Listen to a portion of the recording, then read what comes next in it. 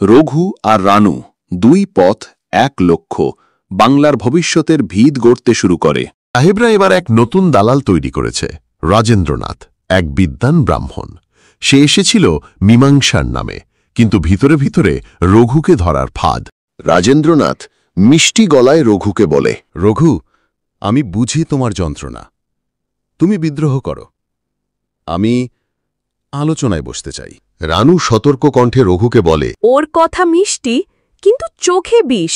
রঘু, বিশ্বাস করো না। এক মন্দিরে মিটিংয়ে নাটক সাজানো হয়। সাহেবরা চারদিক ঘিরে নেয়, কিন্তু রঘু আগেই বুঝে গিয়েছিল।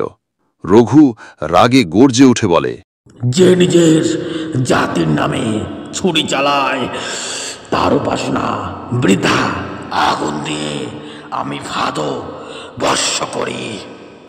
সাহেবদের নীল চাষ এবার বন্ধ, কিন্তু রঘু জানে তার জন্য আরও রক্ত চাইবে তারা। রঘু রক্তমাখা হাতে রানুকে বলে,